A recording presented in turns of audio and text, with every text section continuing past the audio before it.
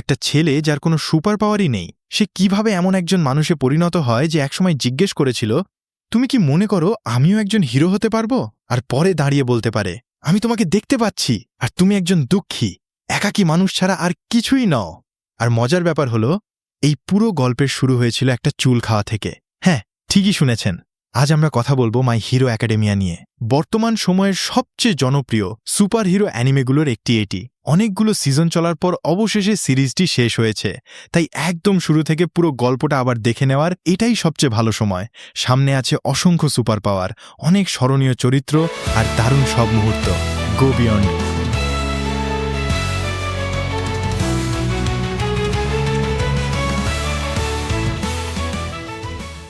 Episode 1, ইজুকু মিডোরিয়া।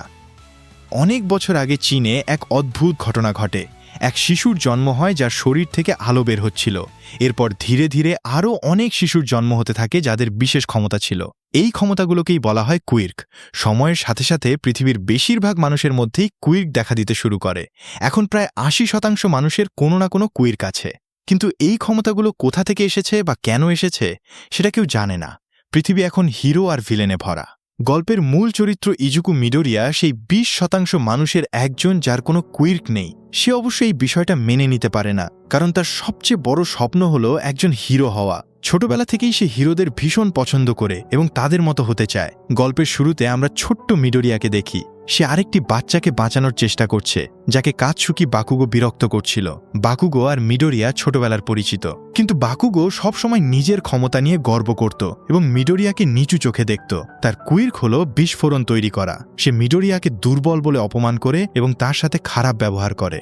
এরপর গল্প কয়েক বছর সামনে এগিয়ে যায়। এখন মিডোরিয়ার বয়স 14 বছর। সে প্রতিদিনের মতো স্কুলে যাচ্ছিল। পথে কয়েকজন হিরোকে এক ভিলেনের সাথে লড়াই করতে দেখে সে দাঁড়িয়ে যায়। মিডোরিয়া হিরোদের এতটাই পছন্দ করে যে সে তাদের নিয়ে আলাদা নোটবুক বানিয়ে রেখেছে। সেখানে বিভিন্ন হিরোর ক্ষমতা, শক্তি আর যুদ্ধের ধরন সম্পর্কে সে যা জানে সব লিখে রাখে। এদিকে একজন ভিলেনের সাথে লড়াই করছিল কামুই উডস নামের একজন হিরো। তার ক্ষমতা হলো নিজের শরীর থেকে গাছের মতো ডালপালা তৈরি করা। কিন্তু ঠিক তখনই সেখানে আসে মাউন্ট লেডি। তার কুইক তাকে বিশাল আকার ধারণ করার ক্ষমতা দেয়। সে এসে মুহূর্তের মধ্যেই ভিলেনকে হারিয়ে দেয় এবং সবার নজর নিজের দিকে টেনে নেয়। স্কুলে পৌঁছানোর পর শিক্ষক সবাইকে জিজ্ঞেস করেন ভবিষ্যতে তারা কি হতে চায়। ক্লাসের প্রায় সবাই হিরো হতে চায়, কারণ দেশের সবচেয়ে বিখ্যাত এবং সেরা হিরো স্কুল হলো ইউএ হাই স্কুল। সেখানে ভর্তি হতে পারলে ভবিষ্যতে বড় হিরো হওয়ার সুযোগ অনেক বেড়ে যায়। বাকুগো আত্মবিশ্বাসের সাথে বলে যে সে অবশ্যই ইউএতে ভর্তি হবে। তার বিশ্বাস, তার মতো শক্তিশালী কুইর্ক যার আছে তার জন্য ইউএতে ভর্তি হওয়া কোনো ব্যাপারই না। কিন্তু যখন সবাই জানতে পারে যে মিডোরিয়াও ইউএতে ভর্তি হওয়ার চেষ্টা করবে, তখন পুরো ক্লাস তাকে নিয়ে হাসাহাসি শুরু করে, কারণ তার কোনো কুইর্কই নেই। এমন একজনের পক্ষে দেশের সেরা হিরো স্কুলে ভর্তি হওয়ার কথা ভাবাটাই তাদের কাছে হাস্যকর মনে হয়। নিষ্ঠুর শোনালেও তাদের কথায় কিছুটা যুক্তি ছিল। বাকুগো তখন মিডোরিয়ার নোটবুক ছিনিয়ে নেয়। এরপর নিজের কুইর্ক ব্যবহার করে সেটাকে উড়িয়ে দেয়। তারপর সে মিডোরিয়াকে অপমান করে এবং বলে, যদি সত্যিই পরের জীবনে কুইর্ক নিয়ে জন্মাতে চায় তাহলে ছাদ থেকে লাফ দিয়ে দেখতে পারে। কথাগুলো ছিল খুবই নিষ্ঠুর। সত্যি বলতে, বাচ্চারা কখনো কখনো অবিশ্বাস্য রকম নিষ্ঠুর হতে পারে। স্কুল শেষে বাড়ি ফেরার পথে মিডোরিয়া একটি টানেলের ভেতর দিয়ে যাচ্ছিল। হঠাৎ সেখানে সে এক ভয়ঙ্কর স্লাজ ভিলেনের আক্রমণের শিকার হয়। ভিলেনটা পুরোপুরি কাদার মতো দেখতে ছিল। সে মিডোরিয়ার মুখের ভেতর ঢুকে তার শরীর দখল করার চেষ্টা করে। কোনো কুইর্ক না থাকায় মিডোরিয়ার পক্ষে এর বিরুদ্ধে কিছুই করা সম্ভব ছিল না। সে পুরোপুরি অসহায় হয়ে পড়ে। ঠিক তখনই সেখানে এসে হাজির হয় অল মাইট, বিশ্বের 1 নম্বর হিরো। তাকে চিনে না এমন মানুষ খুঁজে পাওয়া কঠিন। পৃথিবীর প্রায় সবাই তাকে চেনে এবং সম্মান করে। তিনি এতটাই শক্তিশালী যে ভিলেন তার নাম শুনলেই ভয় পেয়ে যায়। আর সাধারণ মানুষের কাছে তিনি এমন একজন হিরো যাকে দেখলেই তাদের মনে ভরসা ফিরে আসে।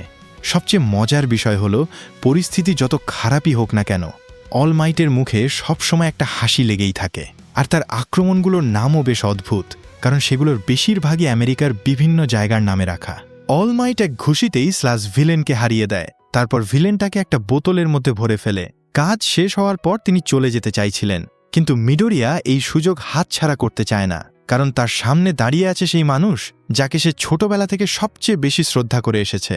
অল মাইট শুধু তার সবচেয়ে প্রিয় হিরোই নন, মিডোরিয়ার সবচেয়ে বড় স্বপ্নও হলো একদিন তার মতো একজন হিরো হওয়া। তাই মিডোরিয়া তাড়াতাড়ি অল মাইটের পা ধরে ফেলে।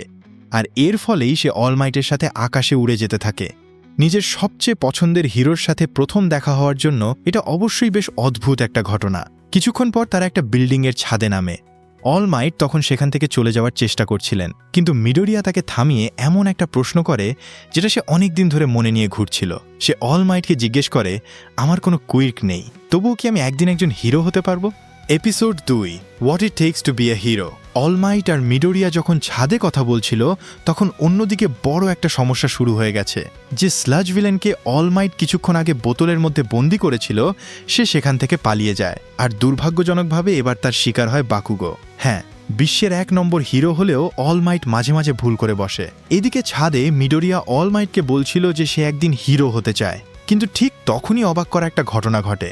অলমাইটের বিশাল শক্তিশালী শরীর হঠাৎ শুকিয়ে যায় এবং তিনি একদম রোগা আর দুর্বল চেহারায় ফিরে আসেন। তাকে দেখে বিশ্বাসই করা কঠিন যে এই মানুষটাই বিশ্বের 1 নম্বর হিরো। মিডোরিয়া পুরোপুরি অবাক হয়ে যায়। অলমাইট বুঝিয়ে বলে যে 5 বছর আগে সে মারাত্মকভাবে আঘাত পেয়েছিল, আর এখন সে কেবল অল্প সময়ের জন্যই তার শক্তিশালী রূপটি ধরে রাখতে পারে। কেউ জানে না যে অলমাইট দুর্বল হয়ে পড়েছে এবং তাকে এটি গোপন রাখতে হবে যাতে ভিলেনরা সাহস না পায়। অলমাইট বলে যে একজন হিরোকে সবসময় নিজের জীবনের ঝুঁকি নেওয়ার জন্য প্রস্তুত থাকতে হয়, আর একজন কুইর্কবিহীন ছেলেকে সে হিরো হতে পারবে। এমন কথা বলাটা তার জন্য দায়িত্বজ্ঞানহীন কাজ হবে। তারপর অলমাইট বুঝতে পারে যে স্লাজ ভিলেনটা তো কিছুক্ষণ আগেই সোডার বোতল থেকে পালিয়েছে। সে এবং মিডোরিয়া কাছাকাছি কোথাও বিস্ফোরণ হতে দেখে এবং দুজনেই সেদিকে দৌড়ে যায়। স্লাজ ভিলেন যার স্লাজ ভিলেন ছাড়া আসলেই আর কোনো নাম নেই। সে আগের চেয়ে আরও বড় হয়ে উঠেছে এবং বাকুগোকে জিম্মি করেছে। অন্যান্য প্রো হিরোরা তাকে হারাতে হিমশিম খাচ্ছে, আর স্লাজের বিরুদ্ধে বাকুগোর বিস্ফোরণগুলো একদম ক্ষমতাহীন। পরিস্থিতি আরও খারাপ করে দিয়ে অলমাইট তার লিমিট বা শেষ সীমায় পৌঁছে গেছে এবং তার হিরো ফর্ম আর ব্যবহার করতে পারছে না। মিডোরিয়া যখন দেখে যে বাকুগো বিপদে পড়েছে, সে বেপরোয়াভাবে সামনের দিকে ছুটে যায় এবং খালি হাতে বাকুগোকে মুক্ত করার চেষ্টা করে। বাকুগো অনেক অত্যাচার আর খারাপ ব্যবহার করলেও মিডোরিয়া তাকে ছোটবেলার বন্ধুই মনে করে এবং আদর করে কাচ্চান ডাকে। উল্টো বাকুগো তাকে ডেকু বলে ডাকে, যার মানে হলো ইউজলেস বা অপদার্থ।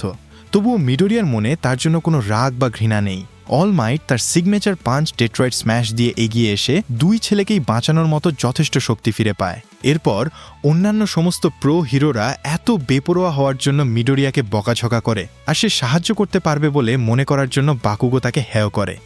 ধ্যাত, নিজের জীবনের ঝুঁকি নেওয়ার বিনিময়ে সে এই ধন্যবাদ পেল। তবে ভাগ্য ভালো, অন্তত একজন মিডোরিয়ার এই সাহস বুঝতে পেরেছিল। অলমাইট মিডোরিয়াকে অনুসরণ করে এবং তাকে বলে যে তার হিরো হওয়ার একটা উপায় আছে এবং একজন হিরো হয়ে উঠতে পারে। Episode 3, roaring ম্যাসেলস। অলমাইট মিডোরিয়াকে বোঝায় যে তার পাওয়ার বা কুইর্ক ওয়ান ফর অল একদমই আলাদা, কারণ এই পাওয়ারটা চাইলে অন্য কাউকে দেওয়া যায় বা ট্রান্সফার করা যায়। মিডোরিয়ার সাহস আর হিরো হওয়ার অদম্য ইচ্ছা দেখে অলমাইট ঠিক করে যে এই ছেলেটাই তার যোগ্য উত্তরসূরি হওয়ার দাবি রাখে। তাই সে মিডোরিয়াকে এই পাওয়ারফুল কুইর্কটা নেওয়ার অফার দেয়। মিডোরিয়া এক কথায় রাজি হয়ে যায়।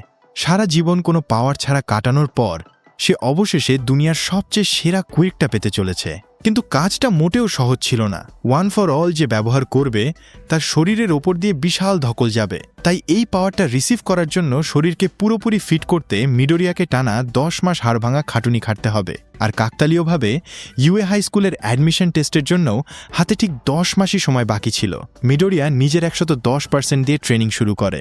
সে একা হাতে একটা আস্ত ময়লার ভাগার হয়ে থাকা সমুদ্র সৈকত পরিষ্কার করে ফেলে।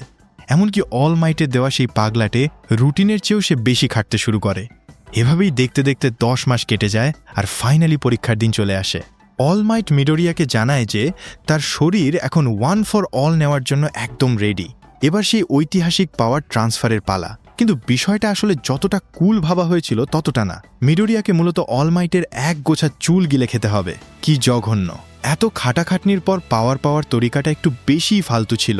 মিডোরিয়া অলমাইটের সেই সোনালি চুল গিলে ফেলে, আর অলমাইট তাকে কড়া করে বলে দেয় এই পাওয়ার ট্রান্সফারের বিষয়টা যেন একদম টপ সিক্রেট থাকে। এরপর মিডোরিয়া ইউএস স্কুলের দিকে রওনা দেয়, কিন্তু ওখানে পৌঁছাতেই সে হোঁচট খেয়ে পড়ে যাচ্ছিল। ঠিক তখনই ওচাকো উরারাকা নামের একটা মেয়ে তাকে শূন্যে ভাসিয়ে বাঁচিয়ে নেয়। মেয়েটা অনেক ভালো আর তার পাওয়ার হলো অ্যান্টি গ্র্যাভিটি।